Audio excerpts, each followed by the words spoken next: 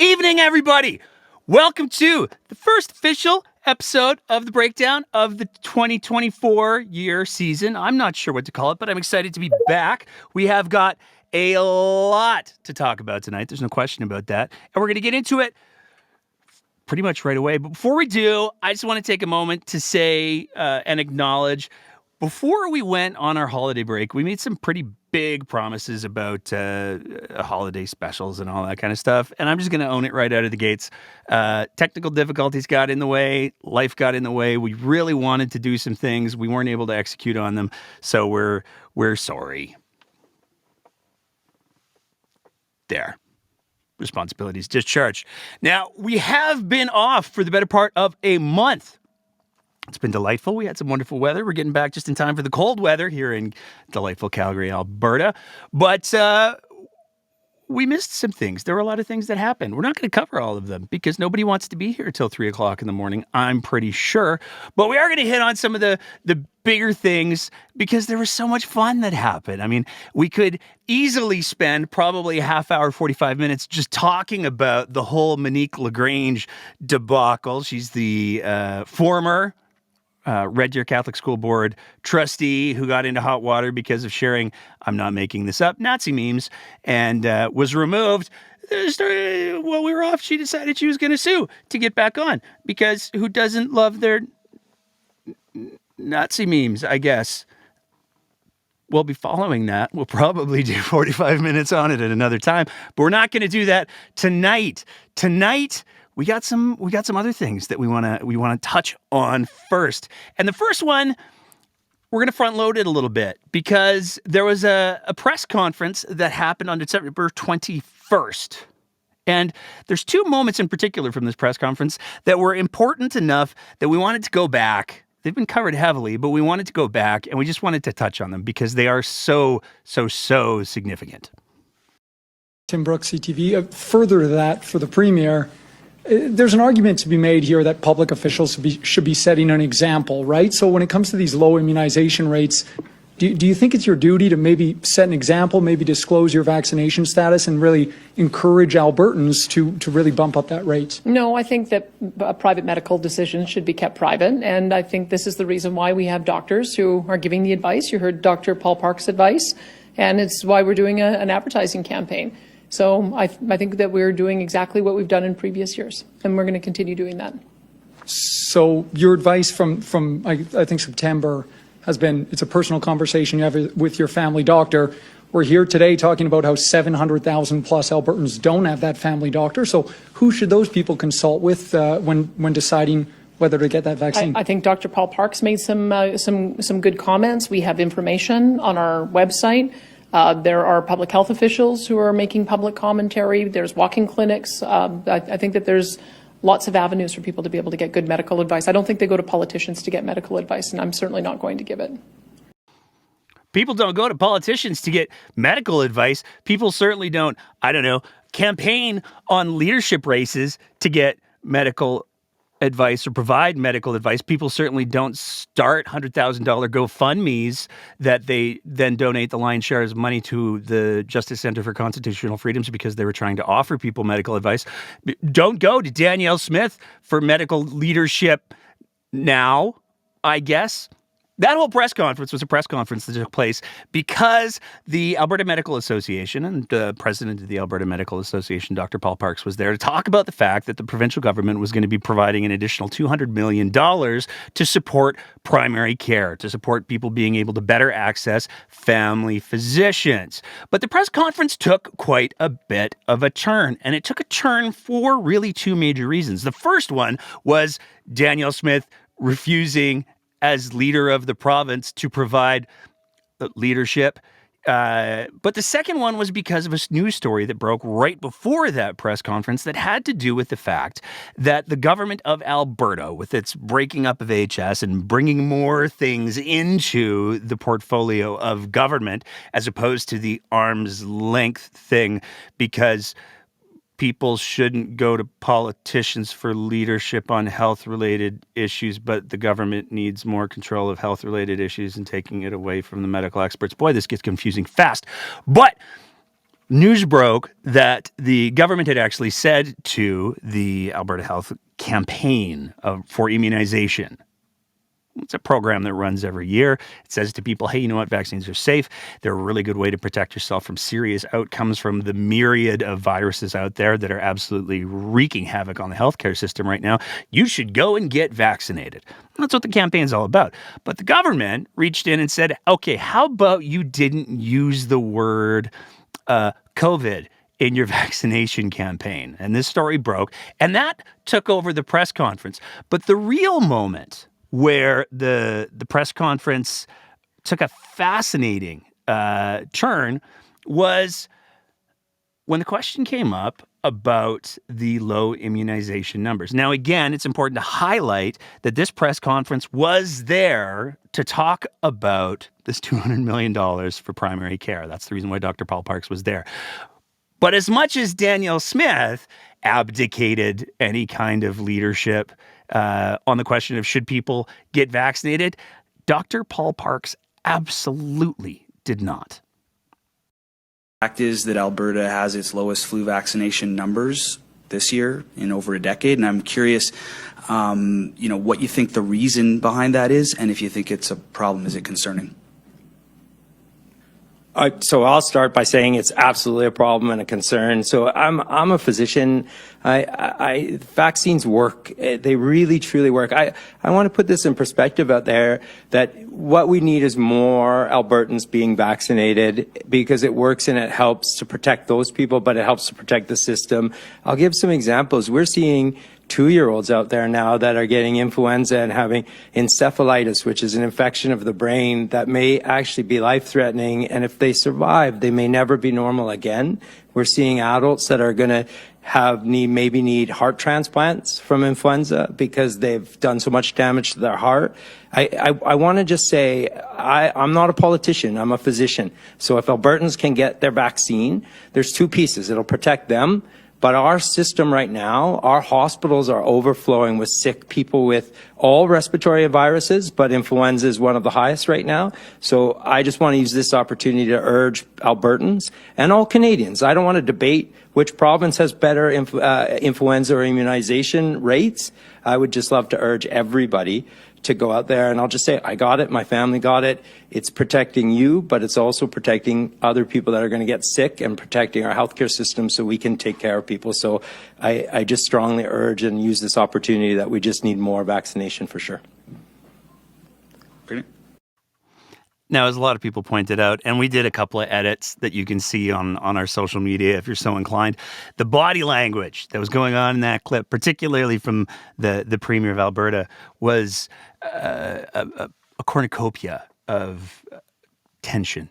It's well worth going to our socials and checking it out, because Danielle Smith very clearly did not like the conversation and what was going on. She definitely didn't seem to like what Dr. Paul Parks was saying one bit.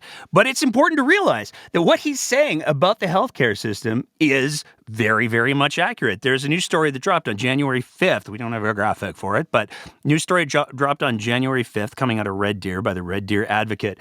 The healthcare system in Alberta, I'm not even making this up, the healthcare system in Alberta is literally being held together right now with tarps and duct tape. The headline from the news article, Red Deer ER uses tarps secured with duct tape to create more space for patients. The Red Deer ER was so overflowing with patients, they had to create emergency shelters out of tarps and duct tape. So get vaccinated. Period. We're not even going to get into the let's debate the science. No, we're not going to we're not going to fall down that rabbit hole. Just get vaccinated. The experts are all saying get vaccinated. Listen to the smart people. It makes everybody's lives easier. Moving on from there, we got a couple of broad topics that we want to hit on for our first episode 6.01 of our new season. And we're going to get down to basics. We're going to be doing a little bit more deep dives this year. We're going to try to. We've got a couple that we're in the process of teeing up. I'm not going to promise what they are because obviously with our holiday special, we kind of shit the bed on that one. But we got a couple that we want to be deep diving on. And in order to start the conversation of 2024, we figured it would be a good idea to take a look at where we are with the political environment in Alberta. You hear over and over again, the province of Alberta is a conservative province. We go back with the conservatism, and we've got the United Conservative Party. It's a party that's made up of conservatives, and they're united. But what does it actually mean to be conservative? What does that word actually mean? And it turns out there's some interpretation to be had. We're going to throw a couple of definitions up here real quick because we tried to nail down the definition of what is conservatism. One of the definitions that we found, the principles and policies of a conservative party. That one's super helpful. The Conservative Party, also super helpful. But here's where it gets interesting. The disposition in politics to preserve what is established. Let me read that one again, because this is going to be really important. A disposition in politics to preserve what is established. Going on with the definition of political philosophy based on a tradition of social stability, stressing established institutions, and preferring gradual development to abrupt change. Specifically, such a philosophy calling for lower taxes, limited government, regulation of business and investing, a strong national defense, individual financial responsibility for personal needs, the tendency to prefer an existing or traditional situation to change. But there are a couple other definitions that we want to go through real quick. Because again, it highlights the same theme, tending to emphasize the importance of preserving traditional culture and religious values and to oppose change, especially sudden change. We really don't like the sudden change if we're conservatives.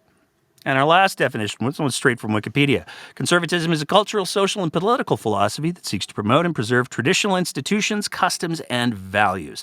The central tenets of conservatism may vary in relation to culture and civilization in which it appears. In Western culture, depending on the particular nation, conservatives seek to promote a range of institutions, such as the nuclear family, organized religion, the military, the nation-state, property rights, rule of law, aristocracy, and monarchy. Conservatives tend to favor institutions and practices that guarantee social order and historical continuity. Now, you might be wondering, why are we bringing up the definition of conservative? And it's because, as much as Alberta clings to this provincial identity as being a conservative province, the question needs to be asked, are we? Are we actually a conservative province? There's a lot of old stock conservatives, air quoting the hell out of that one, a lot of old stock conservatives who would say, conservatism is about responsible government. It's about saving money for the future. It's about, we don't want to change too quick. It's about rule of law. Okay. That fits with the definitions that we've run out. But the question has to be asked, does that fit with the environment of what's going on in Alberta right now? We can take a look at the example of the sudden change to the existing institution that was Alberta Health Services. Danielle Smith campaigned on getting rid of the AHS board, and she announced just a few weeks ago that she was going to be blowing up Alberta Health Services and separating it into 4 different entities with an emphasis on Alberta Health Services not being the key provider of health services. She wants to use the term Alberta Hospital Services. So rather than have that established integration, she wants to blow it all up because that'll make things better. Except a lot of the experts are saying it actually won't. It'll probably make things worse. And one of the big reasons for that is because Alberta Health Services problems are primarily about a lack of resources. That lack of resources not only includes the spaces, but it also includes, more importantly, the people. the healthcare workers, the physicians, the nurses, the paramedics. There's no shortage of stories that go on every week about how there's not enough nurses, there's not enough doctors. There was a big news story about huge shutdowns during the holiday season of ambulance services. This is stuff that happens, and it's certainly not problems that are going to be addressed by the sudden destruction of an established institution. So right out of the gates, we've got some problems with aligning the decisions of the current government with conservative values. We take a look at the sudden, unannounced decision to put the renewables moratorium on place, where all of a sudden, with no warning, all of the renewable development over 1 megawatt in the province of Alberta was said, yeah, we're actually not going to be approving any of you guys because concrete's really scary. Never mind the multiple leaks that have occurred in the last couple of years up in northern Alberta that have absolutely affected wildlife. They have absolutely affected the water table. Never mind any of that stuff. We're going to just let those current regulations just kind of simmer, see what happens there. Renewables, though, the concrete pilings from the wind and the solar that's on industrial land is unsightly. We got to do something about that. We got to shut the whole thing down. A sudden decision with massive economic consequences doesn't align with conservative values.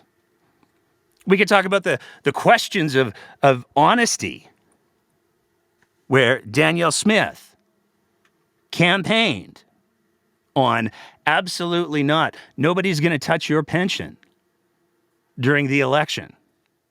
She had candidates at town halls repeatedly say, no, that's not a conversation in the Conservative Party anymore. Absolutely not. We will not be pursuing the Alberta pension. And then almost immediately after the provincial election, Albertans are on the hook for the upwards of $8 million of advertising money to try to convince Albertans that we should maybe go with an Alberta pension plan. We're going to talk more about this as we take a look at some of the things that Danielle Smith said in her year-end roundups.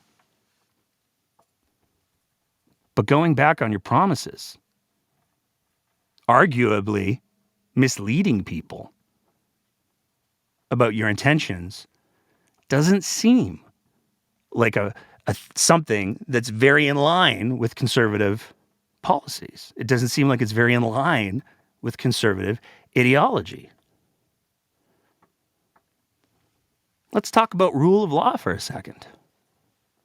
Let's remember, Danielle Smith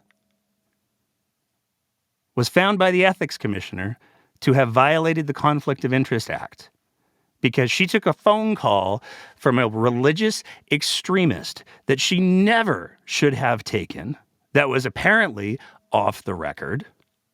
And after that phone call, where he tried to say, hey, I've got these criminal charges, I'd like to not have them, she called the Minister of Justice at the time, Tyler Shandro, and said, hey, is there any way that we can make this go away? Now, there's allegations that have been made by various media outlets that have reported that Danielle Smith also was trying to influence prosecutors. Those are up for debate. Those have been unsubstantiated. There's never been any documented, verified examples of that. But the question as to whether or not she tried to influence Tyler Shandro, the question of whether or not she made the phone call to Tyler Shandro to say, hey, maybe we could shut this down, that is not up for debate. That is established fact. So the Premier of the province, as we've said many times on the show before, either completely disregarded the rule of law or worse, was completely unaware of how the rule of law is supposed to work. These are big problems.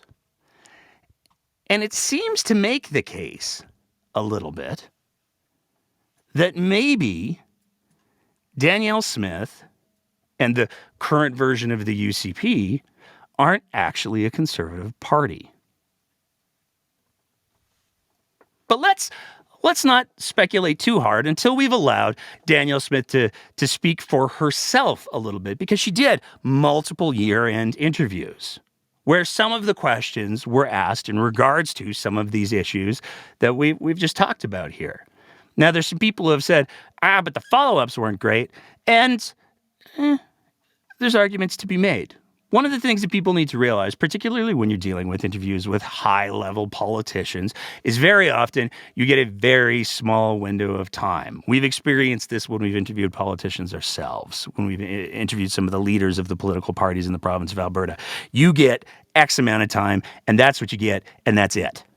And so if you try to spend the front end of the interview making people comfortable so maybe you get a good answer, at the back end, there's not a lot of room for follow-up. And for a lot of these conversations, it's a very short period of time. So I want to be very, very clear.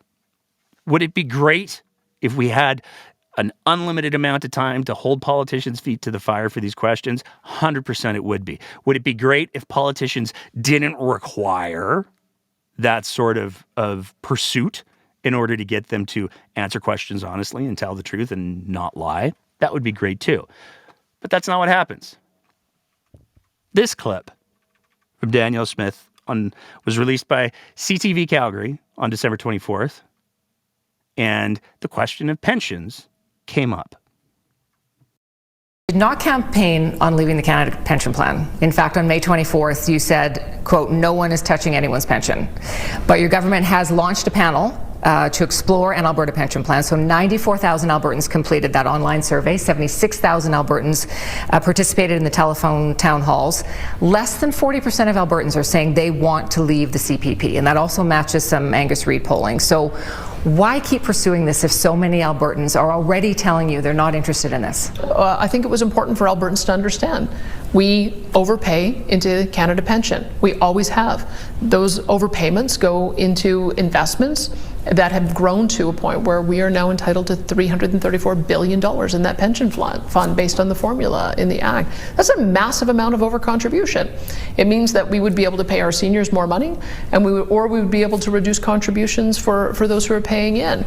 And if people want to look at that and say, I understand, we're overpaying, we'll continue to overpay, we will send it to a CPP investment board that we have no oversight over, and I'm fine with that. If that's what Albertans tell me, then I'll honor that. But I think people need to know. People need to know that this is a program that treats Albertans unfairly, and we would be able to reduce premiums and increase benefits. And if they still want to stay in the plan, then that'll be the decision of Albertans. That same Angus Reid polling is saying that 60% of Canadians polled don't want Alberta to leave the CPP. And it sounds like a lot of the provincial finance ministers were telling our finance minister that recently too at meetings in Ottawa. Because this does, of course, impact all Canadians. Are you thinking about the rest of the country? Does it matter to you what other Canadians think on this issue? This is the real problem that we have in the country, is that Alberta is continually asked to pay and pay and pay, and then we have a federal government that is hostile, that keeps trying to shut down our industry. We have a broader conversation that we need to have about how our country works. And I think we're beginning to have that conversation, but in the end, I have to look after Albertans' interests. Now, it's pretty wild that she would say that she has to look after Albertans' interest, because there's a lot of people that argue that she's doing the exact opposite. Now, the follow-up question that many people wanted to hear in that whole conversation, in that whole interview, was, of course, how do you keep saying that Albertans overpay?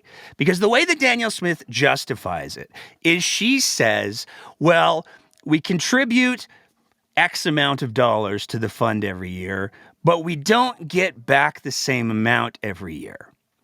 And first of all, Alberta as a province, as many people have astutely pointed out, doesn't contribute to the CPP. Individuals do, and it's based on how much money that they make. And the amount that they get back once they retire is based on how much money they contributed. But saying that Albertans are over-contributing on a CPP because there's more Albertans that are saving for their future than are cashing out from their future is like saying, I'm overpaying on my RRSP. This year I put, I don't know, I don't have an RRSP, but let's say I did. I put $10,000 into my RRSP. And I didn't get any money back this year. I'm getting screwed. No. you're not.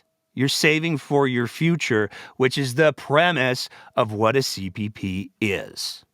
Constantly saying that Albertans overpay for the CPP is an incredibly disingenuous argument. Now, there's some people who have floated the idea that given the fact that Alberta has a younger population, if Alberta continues to have a younger population and it stays that way forever, then yes, it's theoretically possible that we could pay lower premiums, we could get better benefits.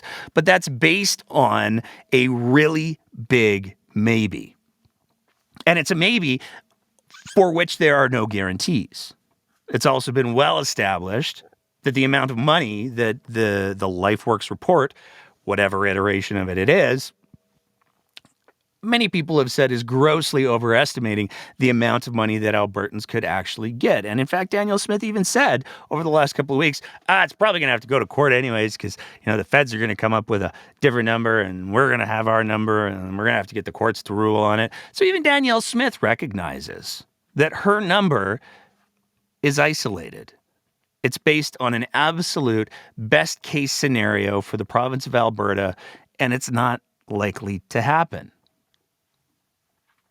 But what I want to go back and talk about is the way that Danielle Smith addressed, in effect, Albertans.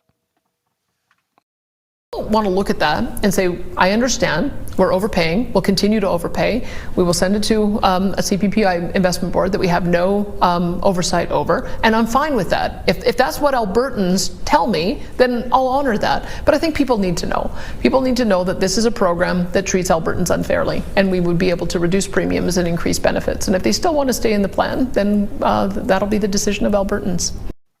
Now, that's only about a 15-second clip, but there's a lot going on there that's really important to unpack. Because what Danielle Smith does there is she says, hey, you know what? If Albertans tell me that they're okay with overpaying, which is a fascinating argument to use. Because what it does is it says the premise of her argument. Sometimes it would be nice to have Mr. Kenny kicking around, I guess. The premise of her argument is it's a fact that Albertans overpay. And I just want people to know that. I'm just trying to get people to understand the truth. I'm trying to get people to pay attention.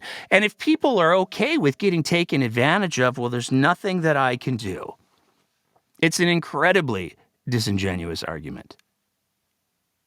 And she doubles down at the end of that 15-second clip where she says, if Albertans are comfortable saying, yeah, they're comfortable they're comfortable overpaying, I'll respect that. But again, Albertans don't overpay. But what she's doing right there is she's framing a narrative. She's starting to tell a story. And that story is when the referendum happens, the referendum will be in many people's heads about, we're overpaying. I don't want to be the guy that's okay with being taken advantage of. So I'm going to vote we should do our own pension thing because I'm being taken advantage of and I'm nobody's sucker. It's an incredibly manipulative line of reasoning. It's an incredibly passive-aggressive argument. And to see the premier of a province rolling that argument out like she's some kind of a toddler is quite frankly beneath the office. But nonetheless, that appears to be where we are in the province of Alberta right now.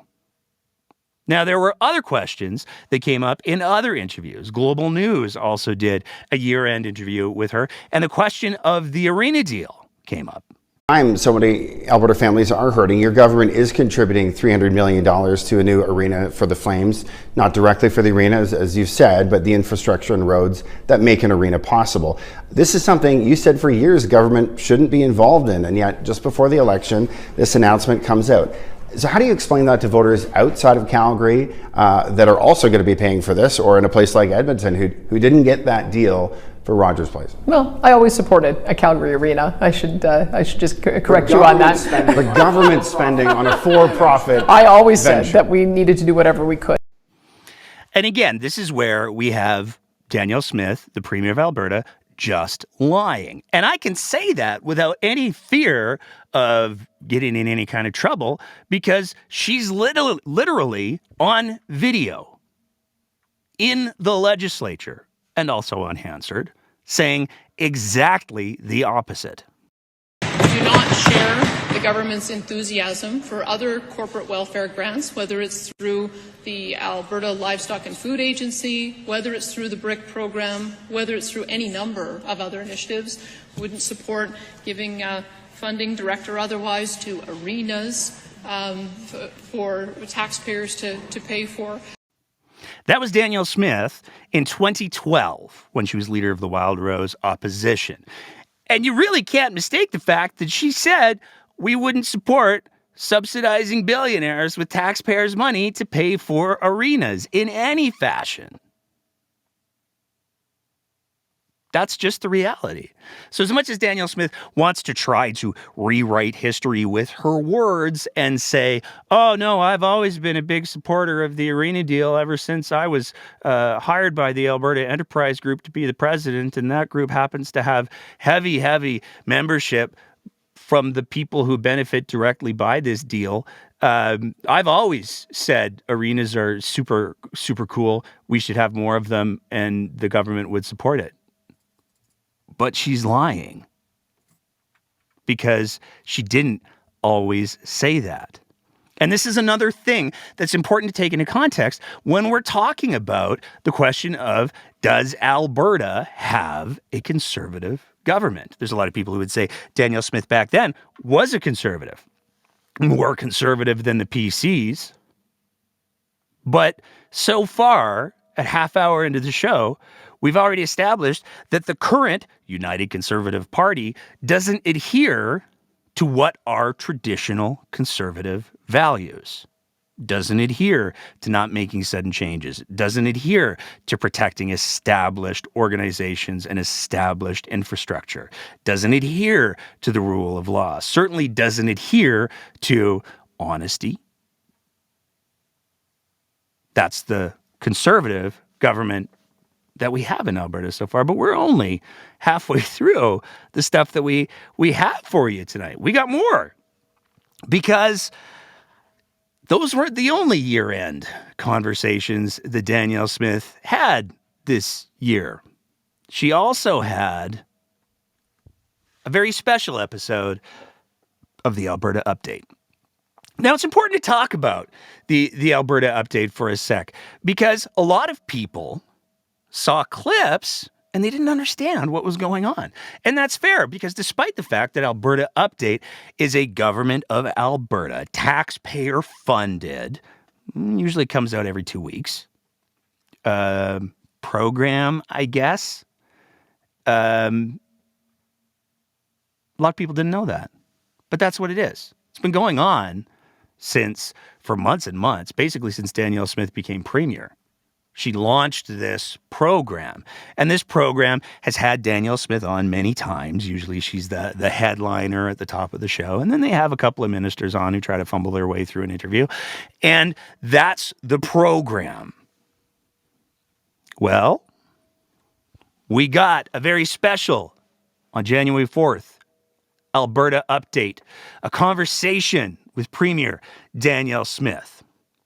Now, I want to be really clear before we get too far into this. Again, we're not talking about an independent organization. We're not talking about an arm's length organization. You can say what you want about the CBC, but they're arm's length from the government.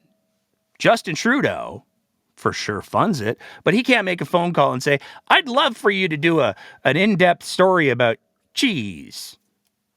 And the news editors at the CBC go, we're going to do an expose on the cheese thing. That's not how it works. It's an arm's length organization. Alberta Update couldn't be farther from that. It is absolutely taxpayer funded, but it is absolutely government directed. And a lot of people were wondering who was doing this interview. Well, if we go by just the card that they opened the show with, why, it's Bruce McAllister. He's the host of the Alberta Update. That's all it is. Bruce McAllister's just the host of the Alberta Update. Now, I've talked on the show before about the importance of disclosure. And when we have had conversations on the show that have to do with particularly EMS, but also healthcare, I always make sure, in case we have any new listeners or any new viewers, that I say, and by the way, I'm a paramedic professionally. Because I don't want people to hear what I have to say and then go, he was trying to pull a fast one he was because he didn't tell us that he's got a vested interest in what he's doing there. It's basic ethics. And it's important. And that's why seeing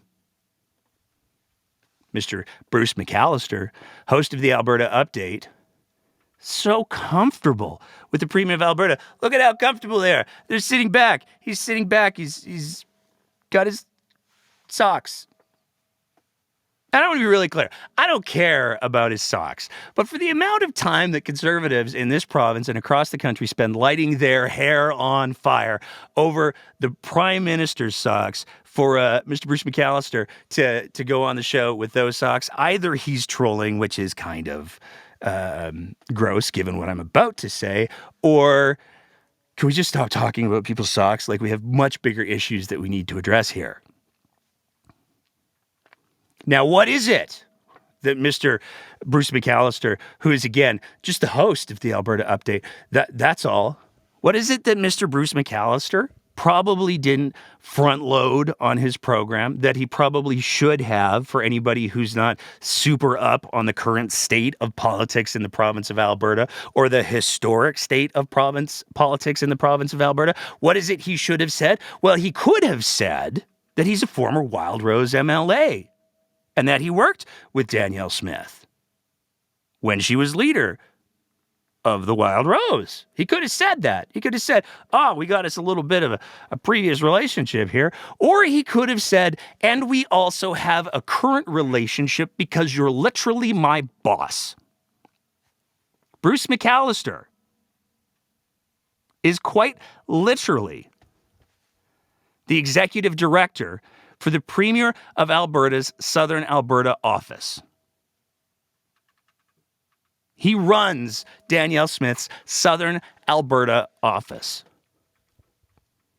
But we don't see that on the little card. What we see is Bruce, he's finger gunning, and he's the host of the Alberta Update. So let's talk about some of the content of the Alberta Update, because there's some important things that were said and some important things that were grossly misrepresented. And again, for the record, let me remind everybody, this is your tax dollars at work. This is official government messaging. This isn't coming from the UCP's Facebook. This isn't coming from Danielle Smith's Facebook. This is coming direct from the Alberta government. This is coming from the Alberta government YouTube. This is coming from the Alberta government Twitter and their Facebook and all of their other socials. This is what you're paying for. When we created the Super Board, which was Alberta Health Services, should have really been focused on acute care, but they kept on encroaching on all of those other areas. And so it shouldn't be surprising then that all roads do lead to acute care in an emergency room. When we created the Super Board of Alberta Health Services, they should have just been running the hospitals. That's all they should have been doing. Who could have ever seen that they would actually do the job of operating a provincial health organization, which is what they were actually mandated to do? It's literally what the province created Alberta Health Services for. It was to be an integrated healthcare system with all of the things involved, because there was a recognition that mental health absolutely affects physical health. So having those two things being able to talk together is really, really important, because it breaks down barriers and it provides better patient care. And in the same way as that, it also recognized that addictions and houselessness and homelessness are all things that have overlapping factors with other health conditions. And if you can get someone who can get all of those services from the same organization, they're able to have better outcomes. So for Danielle Smith to sit up on the taxpayer-funded Alberta update and lie about what Alberta Health Services mandate was originally and to say, they encroached on all these other things. They didn't encroach. They did exactly what they were supposed to do. And they did it in a model that has been acknowledged as being one of the most effective literally in the world. The more barriers to care that you put up for people, the worse outcomes there are. The more barriers that you remove, the better outcomes there are. But Danielle Smith wasn't the only one who was pontificating on the healthcare system. Mr. McAllister, former Global Morning Show host, former Wild Rose MLA, he had some thoughts as well. The problem that all roads seem to lead to the ER. Spent time there recently. I'm sure many of us have for various reasons, and it just struck me how many people were there, coming there that maybe belonged somewhere else. Yeah. And how do you go about addressing those things? And I think that's exactly right. Now, first of all, let's ignore the fact that the province just dumped $200 million into supporting primary care because there's a recognition of the fact that there are thousands of Albertans who don't have access to a physician.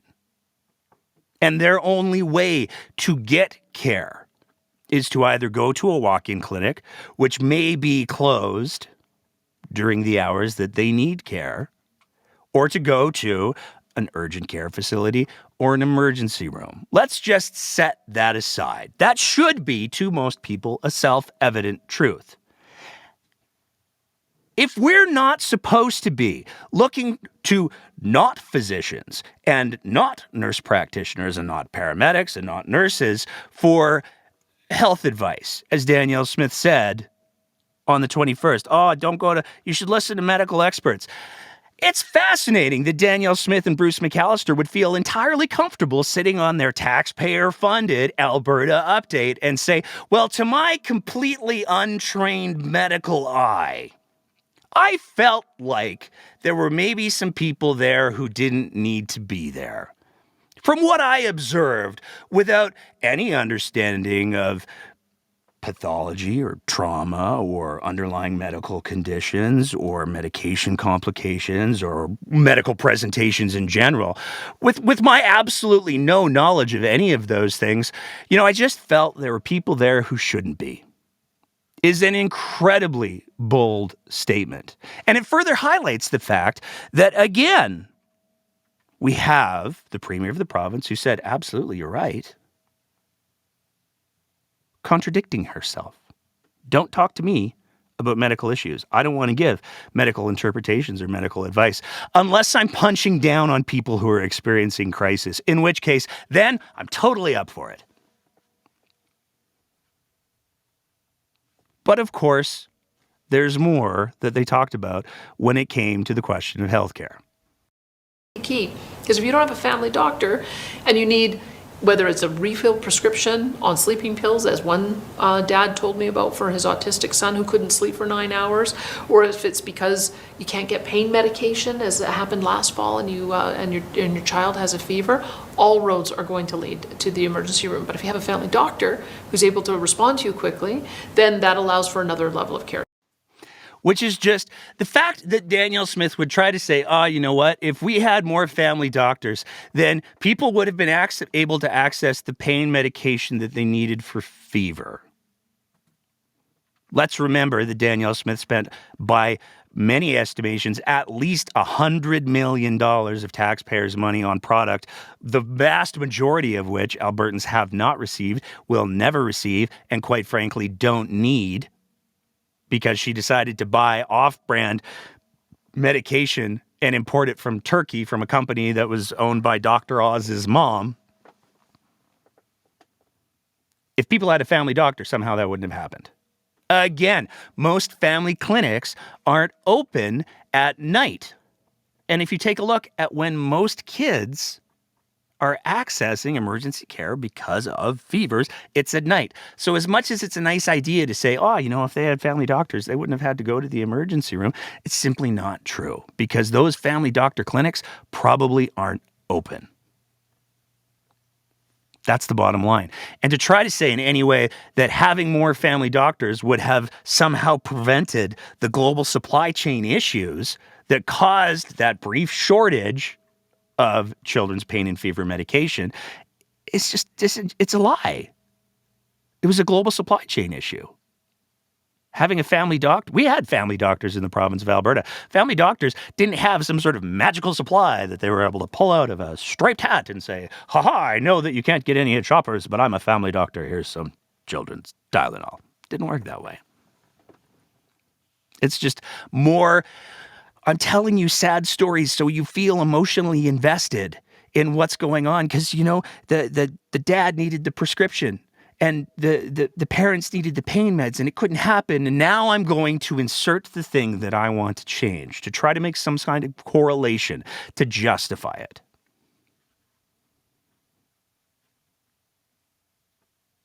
But there were more stories about the healthcare system and the problems. The third thing we've discovered is that there are too many people waiting for placement in continuing care who are in acute care beds. And this is my health minister, Adriana LaGrange. She did a tour of Royal Alex a couple of weeks ago. And a doctor pulled her aside and mentioned that there was one patient who'd been there over 200 days simply because they hadn't done a tax return for her. And so by not having her income statement, they weren't able to place her and figure out how much money she needed to be able to have support in long-term care. And there were 30 patients in that situation. And there's a lot to unpack there. But again, we have somebody who clearly doesn't understand the specifics of the situation, extrapolating a bunch of things on their own. To start with, the story starts off with, there's this one patient they told me about, and they didn't have their taxes filled out, so they couldn't move out of the hospital into long-term care. And there were 30 of them. I'm not sure how we got from 1 to 30, but apparently somehow in that story that we did. It's also important to realize that one of the problems, and this has been spoken to by people who specialize in transition care, one of the biggest problems that exists is not, these people, they can't get out of the hospitals because they haven't done their tax returns. They don't know what supports are available to them. The problem is these people can't get out of the hospitals because there's not enough long-term care beds that are accessible to people who are on low or no income. It's not an AHS isn't managing it properly problem. It's a there's not enough long-term care beds problem. But again, that's something Smith will tell a sad story in order to try to justify something, even though that something has nothing to do really with the first thing. But we're going to talk about more than healthcare, because one of the other questions that came up had to do with affordability. In particular, the affordability of electricity. To deal with electricity prices. And I've been watching this for some time. I was begging people when I was in my other job on the air to sign up to a fixed rate electricity contract because we phased out coal early. We didn't have the natural gas come on stream at the same time to cause that backup. Intermittent power causes these massive price spikes, and we saw the result of that in the summer, 32 cents a kilowatt hour. It's unacceptable. We can't be in that situation. Not only does it hurt the moderate income families, but it also hurts business. I was up north and I talked to somebody in the forestry business, and they were only able to operate their plant from midnight till 4 a.m. because that was when they got the cheapest electricity prices. So I knew when I came in that we had to solve this problem so that we could get prices back down to where they need to be, which is below 10 cents a kilowatt hour. We've got more baseload power coming on, natural gas. That's why I keep on underscoring with 3 lines how important it is to have that natural gas baseload power, because that's what will bring prices down. And we've got to make sure that we're continuing to grow the amount of baseload power as we grow as an economy, because we don't want to see those price spikes. So relief is coming on that front in the new year. Now, again, this is another fascinating evolution of Danielle Smith, because when she was asked on her radio show a few months back about, hey, what's going on with the electricity prices, she spoke about something called economic withholding. which is something we had David Gray, who's got lots of experience in the electrical land. There's my words, my phrase for the week right there. He's got lots of experience in the electrical land. And David Gray spoke about, you can go back and watch that episode. It's a really good one, and David's quite entertaining.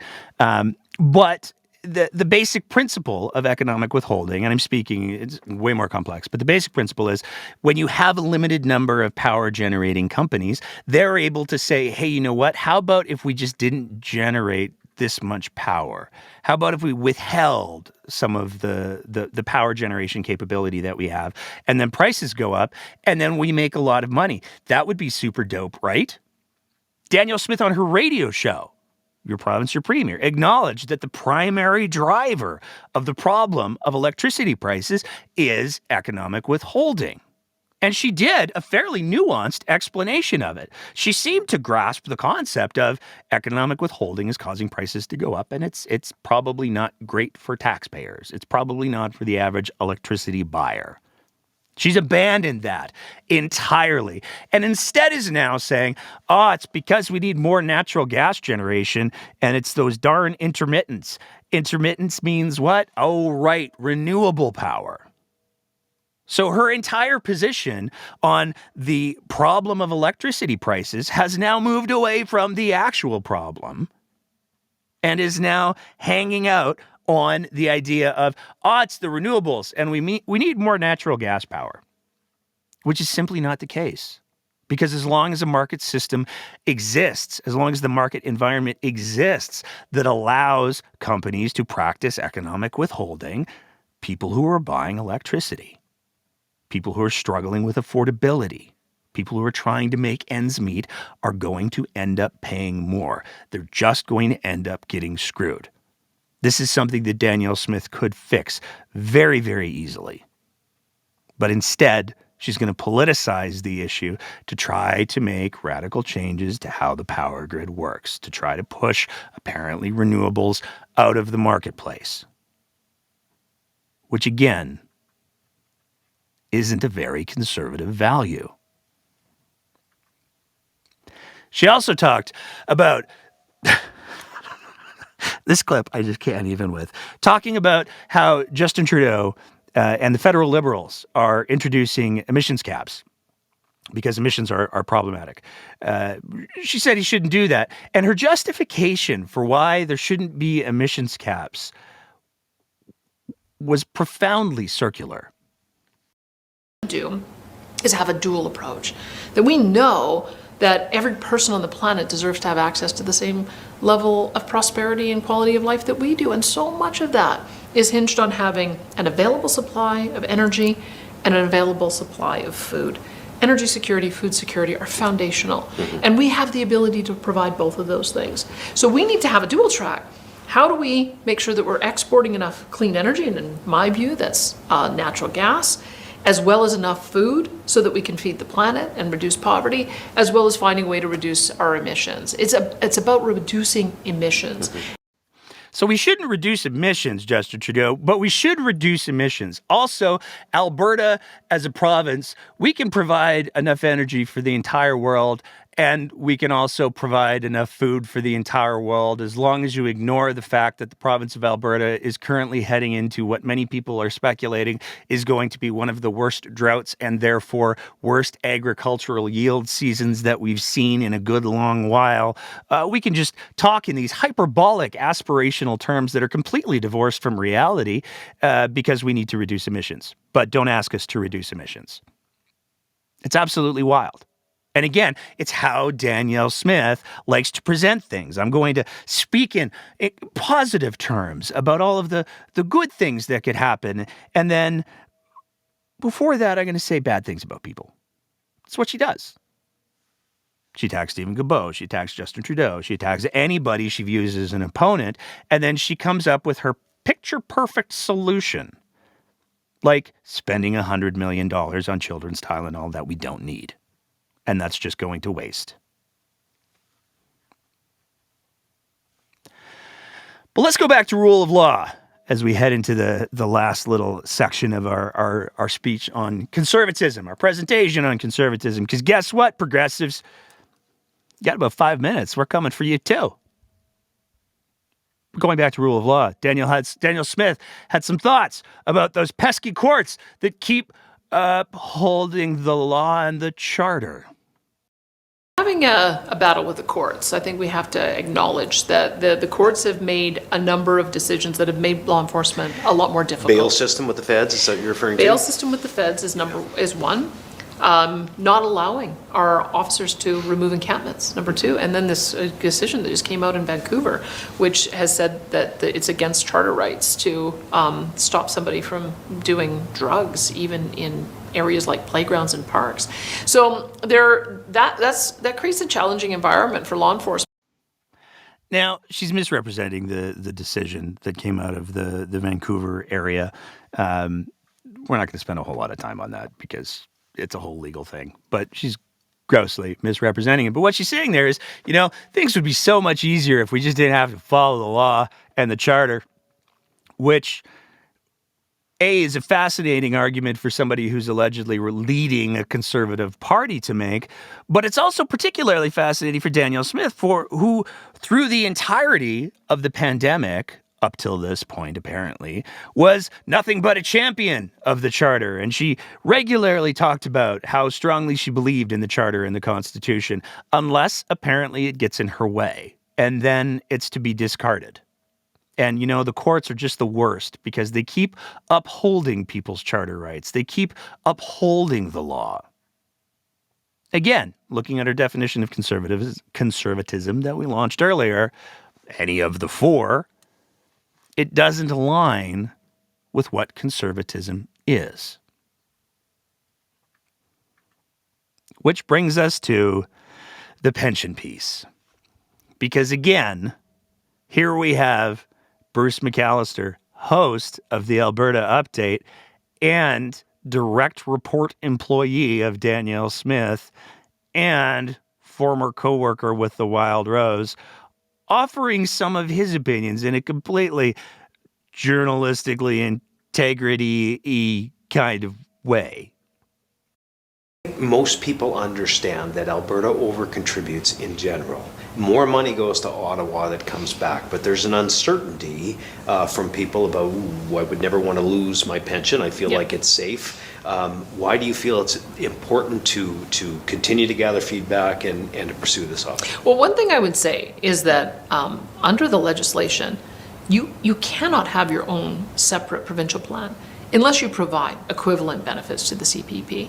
So the scaremongering that the opposition is doing is irresponsible by making people think that their pension is at risk. It's not at risk. In fact, if anything, there's a very high likelihood they'd be able to get higher benefits under an Alberta-run plan. I can tell you with certainty, those who are paying into the plan would be able to pay dramatically less without compromising the support that we give to our seniors.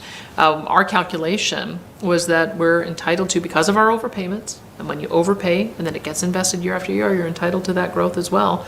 We have overpaid to the point where we're entitled to 53% of that fund, and that should be a measure to the rest of the country about how reliant they are on us to continue to be the economic driver. But it is also a question for Albertans. We had a referendum that said that they wanted us to look at changing equalization. People are frustrated at the amount of dollars that are leaving our province and not coming back. Well, this is one thing that we could do something about it. So we're waiting now to see what the federal government actuary has to say about their calculation, looking at the legislation. And then it will probably end up going to court if we're too far apart so that we can get an interpretation on the act. And then we'll start the in-person consultation sessions once people know what the transfer would be, what the impact on benefits would be going up, what the impact on premiums would be going down, and do we want to go to a referendum on this? I'm persuaded, but I'm only one vote. And one of the things that we did in the fall session was to make sure that everyone knew if there was ever a decision to be made on this, it would go to a province-wide referendum. This has got to be a vote of the people. You've got two votes. Anytime we can control our destiny over Ottawa controlling our destiny, I think we're in better shape. But we'll see how that plays out in 2024. Now, again, a lot to unpack there. let's start off with Mr. McAllister's opening. I think most people understand that we overpay. That very statement starts with the assumption that it's a given fact that we're overpaying. And it's not. Even the most generous interpretation of the idea that we overpaid to the CPP, like I said earlier, is a generous interpretation. And it's not rested in any kind of fact. That's just the reality of it. But I think most people understand. I think most smart people get it. So if you don't, then you're not. That's how that argument is framed. And again, it's very persuasive. I'm sure Mr. McAllister would make an incredibly effective monorail salesman. But it's just not true. Now, Daniel Smith talks about in that clip, the fact of the matter is that if you want to start your own provincial pension, it's got to have the same or equivalent benefits, the same or equivalent costs. So, there's guarantees all over the place, except that's to start it. It's not in perpetuity, which is to say, if things go south in the future, you'd better believe we could be paying a lot more. You'd better believe we could be getting lesser benefits. The rules that Daniel Smith continually talks about have only to do with the startup. So if, as a hypothetical, Danielle Smith and Bruce McAllister, who want to be able to direct the way that the pension is managed, because we need control over our destiny, not Ottawa, ignoring the fact that the pension board's separate. Ottawa doesn't get to influence the way that the pension's spent, but ignoring that. We want to be able to control our destiny with our investment of our pension funds. Let's say that they invest in, I don't know, let's go with the monorail, and all of a sudden it doesn't work out, and Albertans lose billions and billions of dollars. The contribution rate is going to have to go up, and the benefits could potentially decrease. So as much as you keep hearing this line that, oh no, it's static, it's fixed, the same or equal, that's only for startup. And the LifeWorks report itself acknowledges that. Apparently, though, that's not transparent information that Daniel Smith or Bruce McAllister feel that they need to give. And then they talk about, we'll go to referendum if that's the case. But we'll only go to referendum when Albertans have the number for how much they'd actually get, which is, again, a disingenuous position for Danielle Smith to take. Because on one hand, she says, oh, you know what? We're guaranteed. We're going to get this money. I can tell you with certainty that you'd probably pay less. I don't know how certainty and probably go together, but I can tell you with certainty that you would pay less. We just don't know what the dollar amount that we would receive would actually be, which will determine whether or not you would pay less or how much less you would pay. We have to wait for the courts. That's why we're not doing in-person consultations. So again, when you start to unpack it, the bullshit starts to leak out. And it's a real problem because, yet again, this is something that if you live in the province of Alberta and you pay taxes, you're paying for, because this is a government media propaganda effort. But then Bruce goes and he ends with, well, any time that we can control our destiny as opposed to having Ottawa control our destiny, I'm all for it. Which brings us back to the central question around the pensions. Are you Albertan, or are you a Canadian who lives in Alberta? I was born in this province. I was raised in this province. Do I consider myself an Albertan first or a Canadian first? I'm a Canadian. And I'm a proud Canadian. I am grateful for all of the things and all of the complicated privilege that Canada has afforded me. And I try to use that privilege in positive ways. But I'm proud to be a Canadian.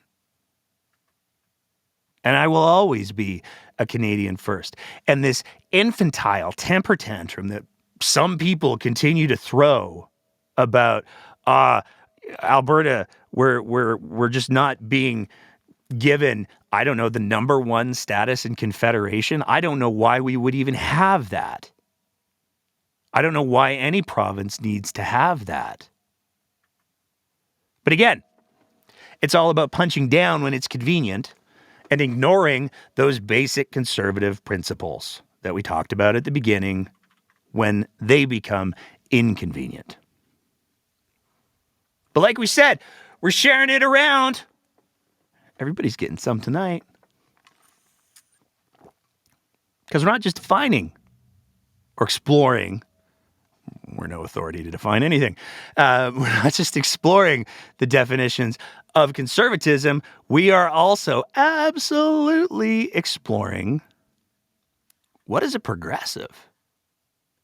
Because if we take a look at the definition of progressive, it sounds good. You're moving forward. Definition of progressive, one of the ones we found, of relating to or characterized by progress, making use of or interested in new ideas, findings, or opportunities, of relating or constituting an educational theory marked by an emphasis on the individual child and formality of classroom procedure and encouragement of self-progression, of or relating to or characterized by progression. What's our other definition of progression? Progressivism that we found. It's a political philosophy that holds that it's possible to improve human societies through political reform or through government mandates. As a political movement, progressivism seeks to advance the human condition through social reform based on purported advancements in science, technology, and social organization. Adherents hold that progressivism has universal application and endeavor to spread this idea to human societies everywhere. Progressive arose during the Age of Enlightenment out of the belief that civility in Europe was improving due to the application of new empirical knowledge to the governments of society. So, let's be clear. It seems like progressivism is about embracing facts, embracing reality, embracing empirical, demonstrable things, not being reactionary, wanting to move things forward, and recognizing that any system that doesn't have energy put into it to affect change or to at least hold stasis is likely to experience entropy and degrade. If you want to move things forward, you got to do the work. That's the idea behind progressivism. And it's an important idea. The problem that we have in the province of Alberta is that all too often progressives are the gangs that just can't shoot straight. And it's a real problem in this province because it seems all too often that we have people who are affiliated with progressive movements or progressive parties. And of course, if we're talking about mainstream progressivism in the province of Alberta, we're talking about the NDP, they can't get out of their own way. We saw this during the provincial election, where the NDP were more than on track to win and to form government. And then for reasons that defied any logical or rational explanation, the NDP announced that they were going to be introducing a corporate tax increase. Now, we've said on the show before that corporate tax increase almost certainly cost them the election because it was only a handful of votes in Calgary alone that would have tipped who was forming government. And it's not inconceivable to say that handful of votes could easily have been made up of people who were pushed away from the idea of voting for the NDP or loaning the NDP their vote, as Thomas Lukasik asked people to do, a former PC, MLA, deputy premier, and minister, no less.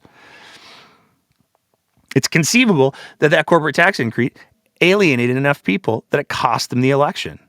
And certainly when most people heard about it, most people went, wait, what? What, why would you do that now? Why would you do that now? But they did it. And they gave the UCP a tremendous amount of ammunition over it. And in fact, in more than a couple of interviews, Danielle Smith has said that's the moment that she knew she had a fighting chance because she actually was quite convinced that they were going to lose the election. But it's a recurring theme with the NDP. As they're allegedly heading into a leadership race sooner than later.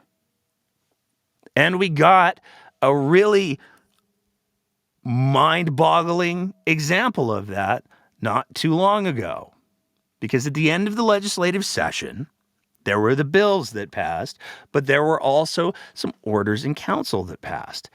And apparently the NDP, who were present in the legislature debating one of the things that we're talking about here, apparently they didn't, take notes or pay any attention to what they were debating, because for the period of about 2 days, the NDP couldn't wrap their heads around the very basic concepts that they could have used to really make up some yardage. And it was frustrating to watch. Irfan Sabir tweeted out a City News story that used him as a quote. That's right. Gifts of any amount approved by Danielle Smith's chief of staff is the new gift limit for the UCP cabinet. Now, that's just false. It's just false. That's not what happened. And one would think that somebody who had, been present in the legislature and debated that bill, that amendment, or somebody from the NDP team perhaps, would have put together some sort of a calm strategy to say, well, the NDP is going to pass this bill where they're changing the Conflict of Interest Act in order to give themselves a bump in how much pay and how much they're able to accept in gifts in the process. Maybe we should put together a calm strategy for that if we want to be taken seriously as the next opportunity in the province. One would think that they would have done that. One would think that they would have communicated that amongst their MLAs. But it wasn't just Irfan Sabir who did this. We also saw this tweet from Shannon Phillips. The Friday before Christmas, the UCP released the new law for gifts to politicians, and there are no limits. The Premier's staffer decides what is appropriate. We're in an affordability crisis. Parents are not just worried about what's under the tree, but food under the table. Now, there's some people who have said that Shannon Phillips is going to be one of the potential leadership candidates in the NDP leadership race. So you'd think if you were going to comment on a bill that you debated in the legislature, you might make your comment based on, reality. But then Irfan Sabir doubled down. And this is where it got really wild. Because when Irfan Sabir doubled down, he shared an image where he said, Danielle Smith has not only increased the gifts limits for her and her ministers to the highest in Canada, but also gave her chief of staff power to approve even bigger and better gifts for her ministers. This shows how out of touch the UCP is. And then he highlights a paragraph in the order in council. And this hurts because the whole order is there. And we're going to show it to you in just a second so you can see how much of an own goal this actually is. But before we do that, let's talk about what the actual legislative changes that were made were, because they're important to understand in order to understand this whole conversation. And they had to do with an amendment to the Conflict of Interest Act. And that amendment defined the new things, the new amounts.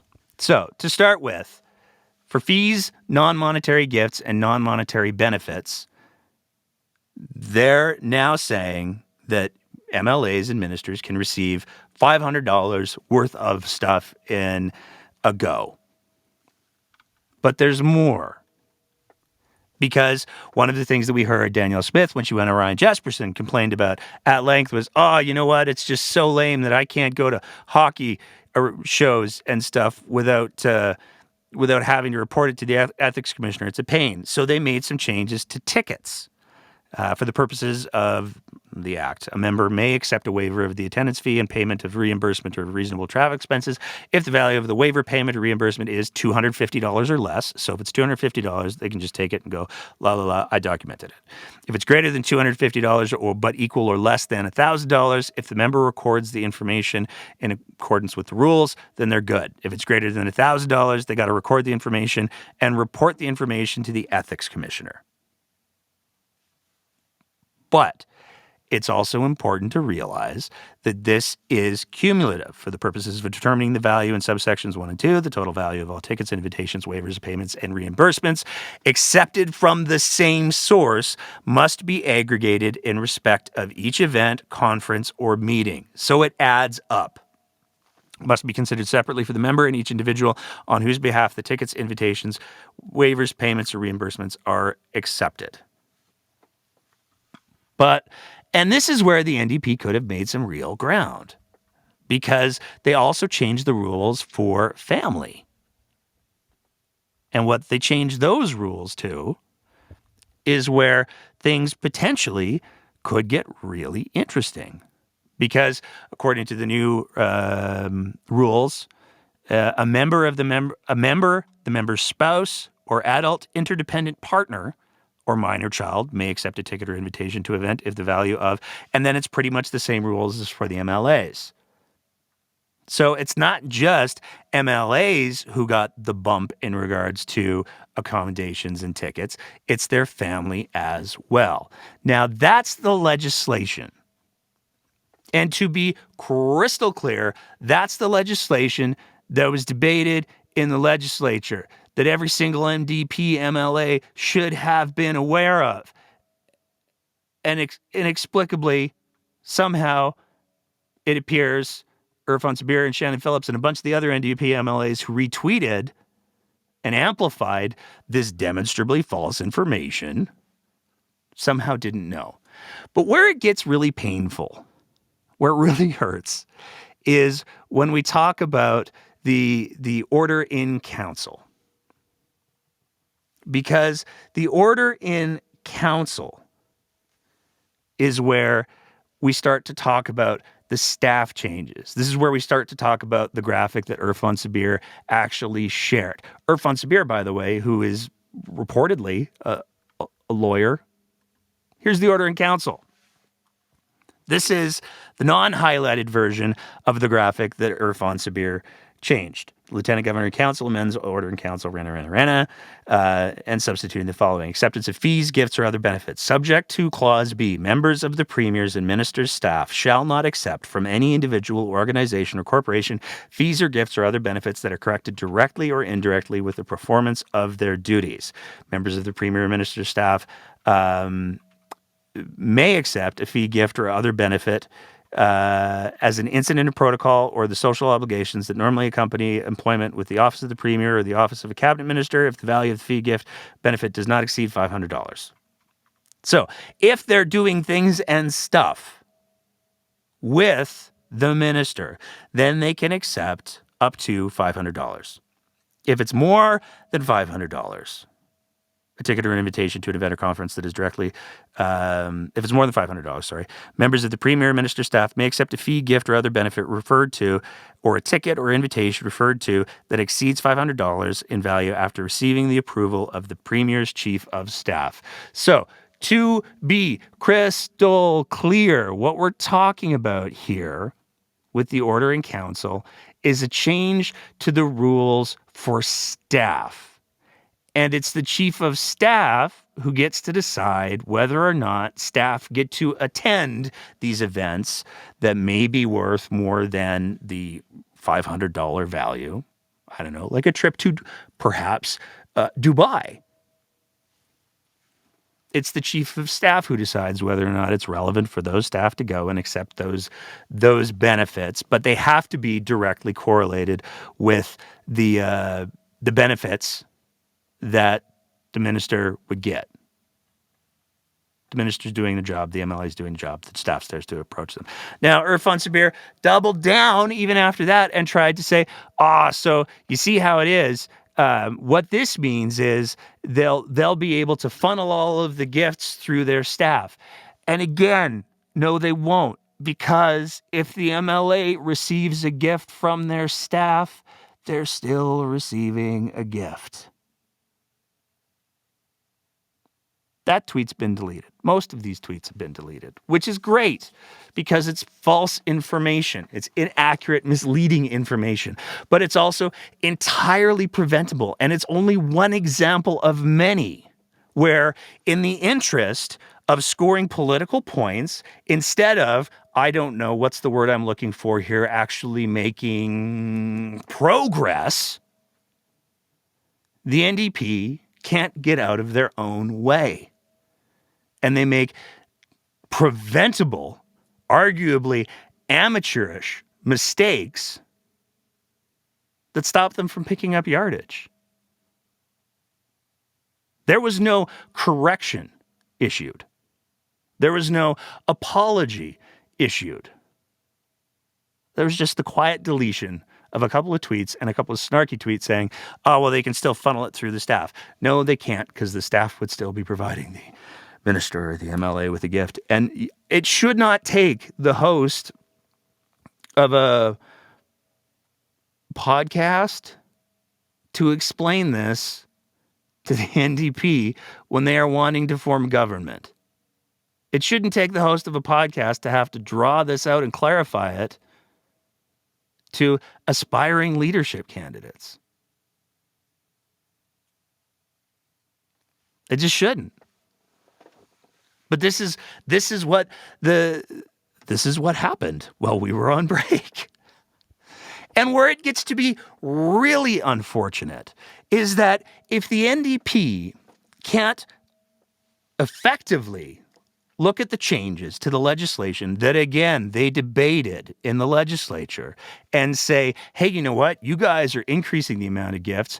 You're changing the rules for how much you're able to accept. You're giving yourself a lot of latitude in regards to how you can determine the value of what these gifts are. You're removing a lot of transparency. And all of this stuff could very easily be used to argue that it's being provided to these MLAs and ministers not so that they can conduct the business of government, because they should be able to do that without hanging out at a hockey game if they're any good at their jobs. That's not okay. We could have just talked about that. But instead, we had to try to conflate the two things because either we didn't understand them or we deliberately conflated them. You could have said, it's a little bit ridiculous that a minister needs to take a staffer to a $500 or $1,000 dinner. That seems like a lot. Maybe that's not appropriate. Maybe that decision shouldn't be made solely by the chief of staff. Maybe that's really inappropriate, because maybe the chief of staff can then use that to create loyalty and generate political favors from staffers. Maybe the chief of staff can then use that to influence the behavior of some of those staffers. There's lots of risks involved with just the two things as they're presented. And if the NDP can't wrap their heads around simple issues that, again, they debated in the legislature, then really important issues run the risk of falling through the cracks. And this is where I want to talk about one of the stories that we absolutely are going to be doing a deep dive on in the coming weeks and months. Because it's coming up real quick, and it gets to be really important really quick. And what we're talking about here is a situation to do with a dam. Now, this sounds pretty boring. You'll hear politicians, hydroelectric, it's got no place in Alberta. We don't have that many hydroelectric dams. And it's true, we don't have any major, really big, like Eastern Canada hydroelectric dams, but we do have some. And they do generate some electricity. And they do also hold back a whole lot of water. And there is a hearing coming in March that everybody who lives pretty much south of Edmonton should be paying very close attention to. This is a problem that's been brewing for quite some time. And it stems from a dam in southern, well, kind of mid Alberta. This dam is one of the dams that the Alberta Energy Regulator has actually identified as being a dam that could potentially be negatively impacted by fracking. So much so that they've actually put up an order saying that for a certain distance around this dam, no fracking is allowed.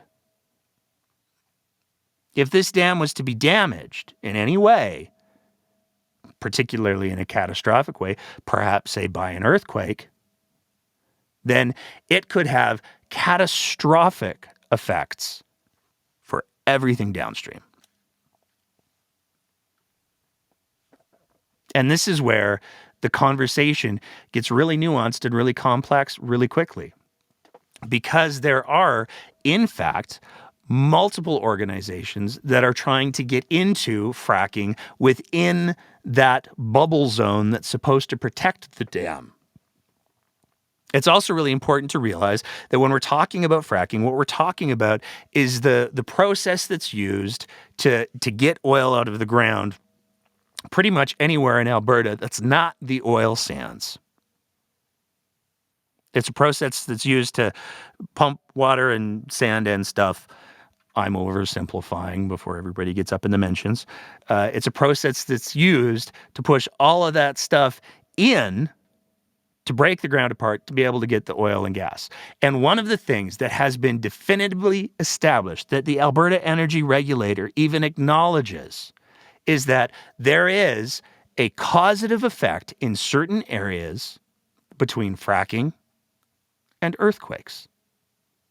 The dam isn't built to survive earthquakes because historically it's not in an area where earthquakes would be a major concern, unless you include earthquakes that are induced by fracking, which is why this order exists to protect the dam, because if the dam goes, there's going to be flooding in all kinds of sensitive areas. Now, why is this such a big deal? Why are we talking about this tonight?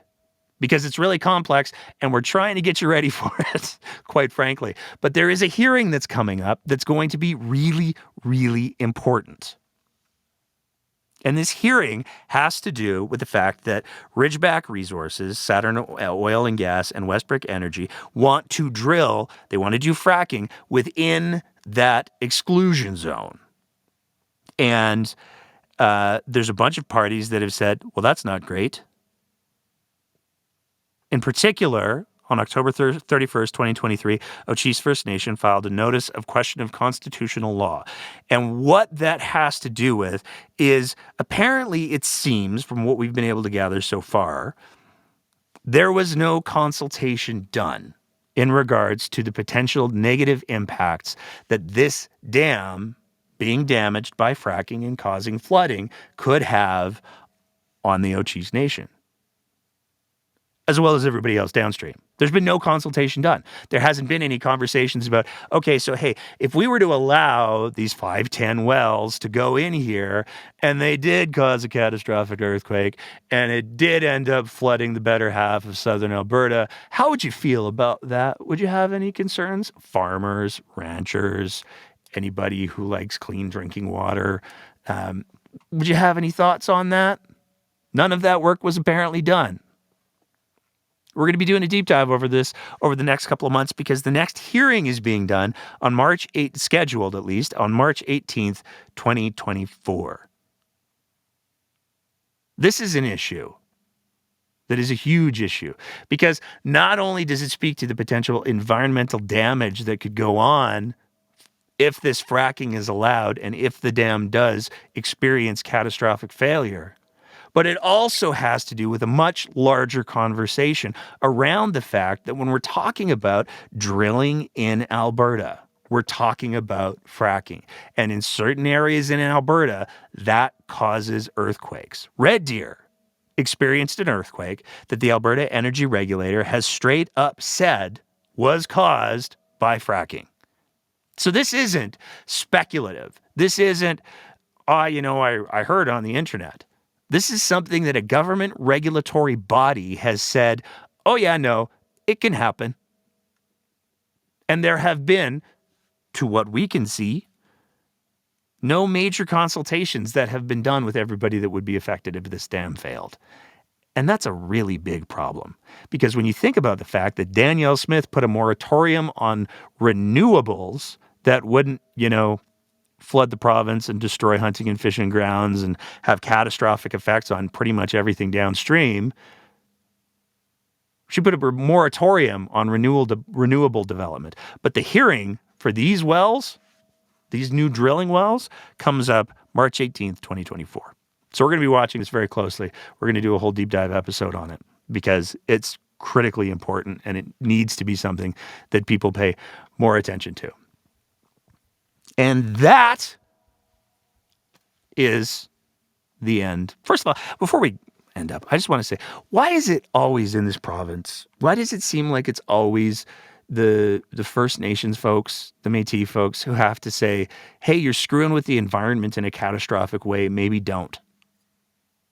Why is that a thing? Like, it's so frustrating. There's no reason why everybody who's downstream from this dam shouldn't be lighting their hair on fire and saying, hey, this is serious. Don't do it. You put these rules in place yourself because you acknowledge the risks, and somehow we're having a conversation about, maybe we'll let it go and see what happens. That's insanity. Why is no coordinated effort to say this is a really big deal and really bad things could happen to a lot of people? The rules are in place. The rule of law is in place. This shouldn't be a thing. Why is it always the First Nations people in this province who, let's be clear, have been so historically screwed? Get in the game, folks. That's all I'm saying. And NDP, get your messaging together so you can talk about issues like this with some degree of confidence and competence, because these are real problems. And that's it for our scheduled programming, our first episode back of the new year. And so we're gonna go ahead and do that thing that we do where we open up the open mic to anybody who wants to share some thoughts on any of the content that we generated tonight. We do this every live episode that we do, where we open it up to anybody who wants to call in, and we don't vet our callers unless you've got like a super gross Twitter handle, in which case then we do, because we had that horrible Spider-Man incident that one time. But if there's any hardcore conservatives who want to take issue with our definitions that we used of conservatism, or want to highlight how perhaps no, Danielle Smith is absolutely living up to them, then we'd love to hear from you. In the meantime and in between time, and you can do that on the Twitter Spaces. Sorry, I should say. You have to be on the Twitter Spaces on a mobile device because we don't have the technical prowess to make it happen just on the other things. Although it's good to see the chat's been lively tonight. While we wait to see if we have any callers, I'm just going to quickly do the plugs that we do. We got some FOIPs coming, by the way. They delayed a bunch of our FOIPs, I think probably because of the holidays, and also probably because some of them are clearly poking the bear in a big way. But the fun thing about a delayed FOIP is when you get the email that says because of the volume of records involved, that means there's records involved. So they can't come back and be like, but we never found anything. So we're optimistic about what some of these FOIPs are going to yield. We're able to do those FOIPs because of the support that we get from our Patreon sponsors. And this is the Patreon plug of the night. If you like the kind of content that we're trying to produce here, and if you want to continue to produce, that was clumsy, the kind of content that we do, we would love nothing more than if you signed up to be one of our Patreon sponsors at www.patreon.com/thebreakdownab, where you could really, we've got some people who have set, they're living in tight financial times. Everybody is these days. And they've set a very low monthly amount. But every little bit adds up, and it helps us to continue to do the kind of things that we do here. So plus, we sent out swag to all of our Patreon folks as Christmas thank yous this year. I hope everybody got the stuff. If you haven't, Blame Canada Post, because we sent it out at least 3 days before Christmas. So there's that. But looks like it's gonna be a quiet Sunday night tonight. Nobody's tapping in. So I'm gonna do the merch plug, and then we're gonna shut it down. We do also have, in addition to the Patreon page, we do also have the merch things and the stuff. You can get the hoodies, you can get the coffee mugs, you can get all of these things at abpoly.ca. We've partnered with them to deal with the merch stuff because they said they would, and we don't have to deal with it. So hooray. But you can also get the t-shirts. There's a lot to unpack here. You can get the Keep the Conversation Going shirts. And then, of course, you can still, as we're finally getting a little bit of snow in southern Alberta, you can get your beanies. You can get the breakdown beanies. All of these things you can get at abpoly.ca, and they're worth doing. So you should do that. We do have one person who's tapped in on the Twitter Spaces. We're going to add them in and see what they have. This is why I do the plugs in the middle, because it gives everybody a little bit of time to go, yeah, okay, maybe I will. So we're going to bring Katie in. Katie, what's going on tonight? Hi, Nate. I had just wanted to ask, at the March meeting, the hearing, Yep. who will be involved in that? Who's represented? Well, as per the proceedings in progress, the applicant or the approval holder is Ridgeback Resources, Saturn Oil and Gas, and Westbrick Energy. The parties that are all involved are TransAlta, because they are the ones who own/operate the dam, Cenovus Energy, Ridgeback Resources, Saturn Oil and Gas, Westbrick Energy, and Ochis First Nation. And from what I can see that we've been able to navigate through thus far, the hearing largely has to do with the fact that there's these two oil companies that want to put in these, I think it's 10 wells. And there's been a lot of people who have said, oh, I don't know how I feel about that. And it's the Ochis who have said you have failed in your constitutional responsibility to consult. It's worth noting, I guess, that the Ochis haven't been consulted with, but also it appears no one has really, except for maybe, I guess, TransAlta. But in regards to everybody who would be affected by a catastrophic dam failure, those consultations haven't taken place. So the official parties that will be arguing things, I guess, are TransAlta, Cenovus, Ridgeback, Saturn Oil and Gas, Westbrick Energy, and the Ochis First Nation. Okay, and the government isn't represented at all? Well, this is being done through the AER. So Okay. Oh, so that is the government. I mean, and I would also, this is one of those situations where the government can absolutely step in and say, to my understanding, and I got to be real clear, we're in the preliminary state of educating me on this, but to my understanding, the government could step in and say, yeah, no, that's not cool.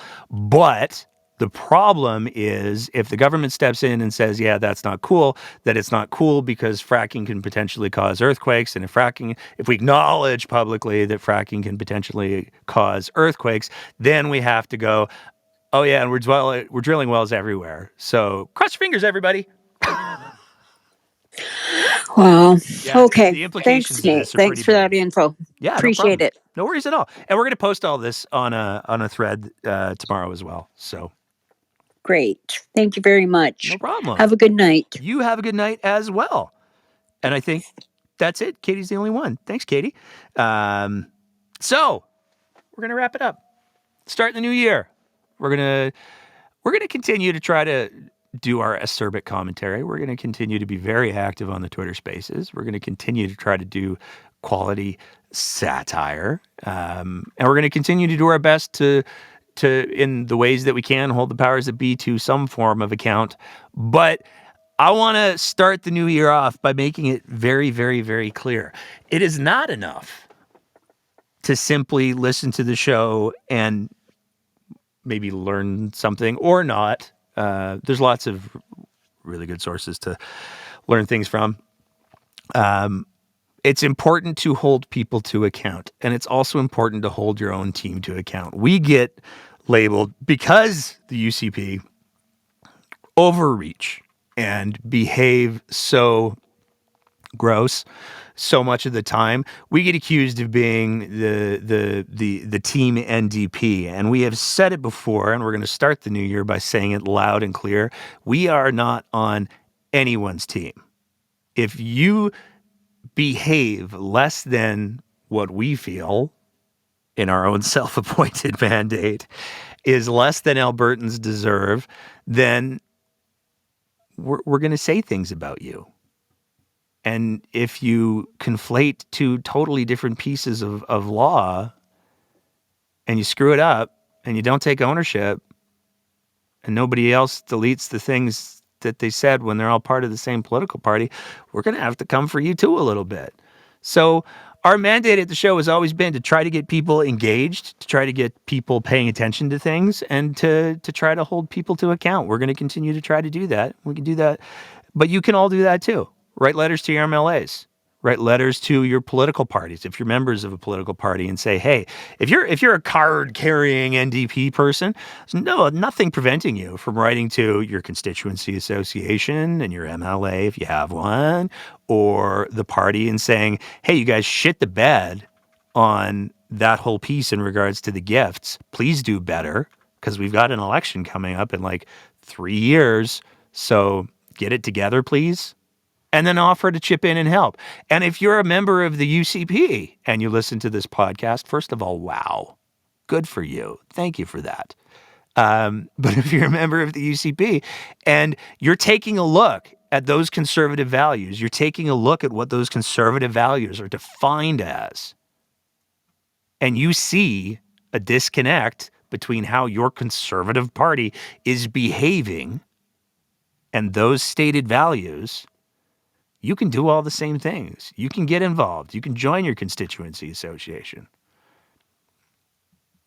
You can write Danielle Smith. Be careful what you tweet at her. Apparently she's blocking again. But, well, it's not her. It's the company that she's paying millions of dollars of taxpayers' money to manage her social media. But that's a whole other thing.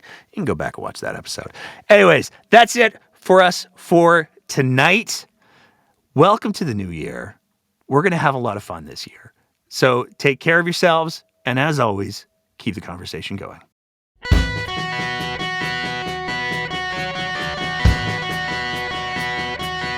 Thank you.